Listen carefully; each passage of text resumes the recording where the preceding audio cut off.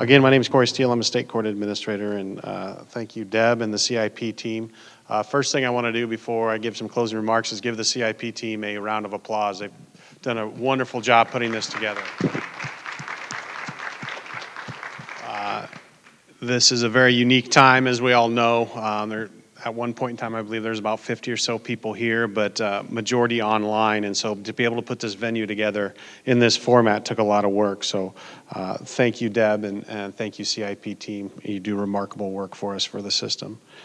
The purpose of the 2002 CIP conference is seeing youth action through perceived options. This is both to inspire and support juvenile justice system stakeholders to take a new approach to the work that you do each and every day.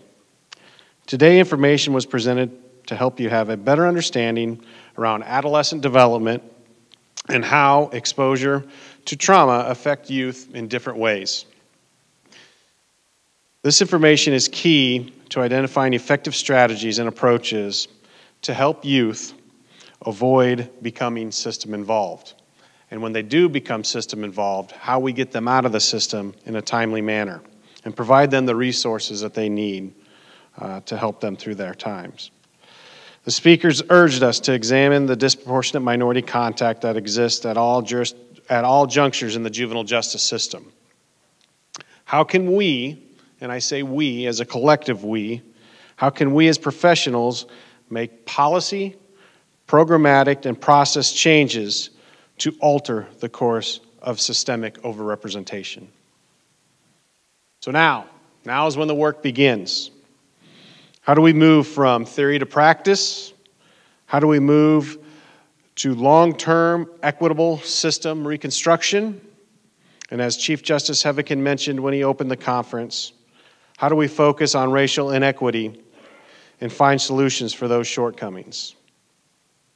Historically in Nebraska, we have done system change work through our local, through the eyes of the child teams. These teams are a great avenue to dig deeper, to understand the local issues and needs, and develop solutions. I hope all of you will start that work this week, and I encourage all of the teams to examine juvenile justice issues and develop action plans with measurable goals to improve youth outcomes. It is time to change the story.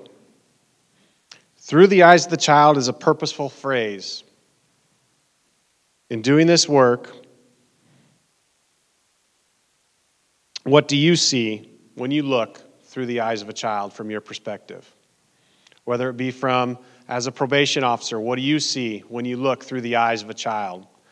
As a prosecutor, what do you see when you look through the eyes of the child? As a judge, what do you see when you look through the eyes of the child across the bench?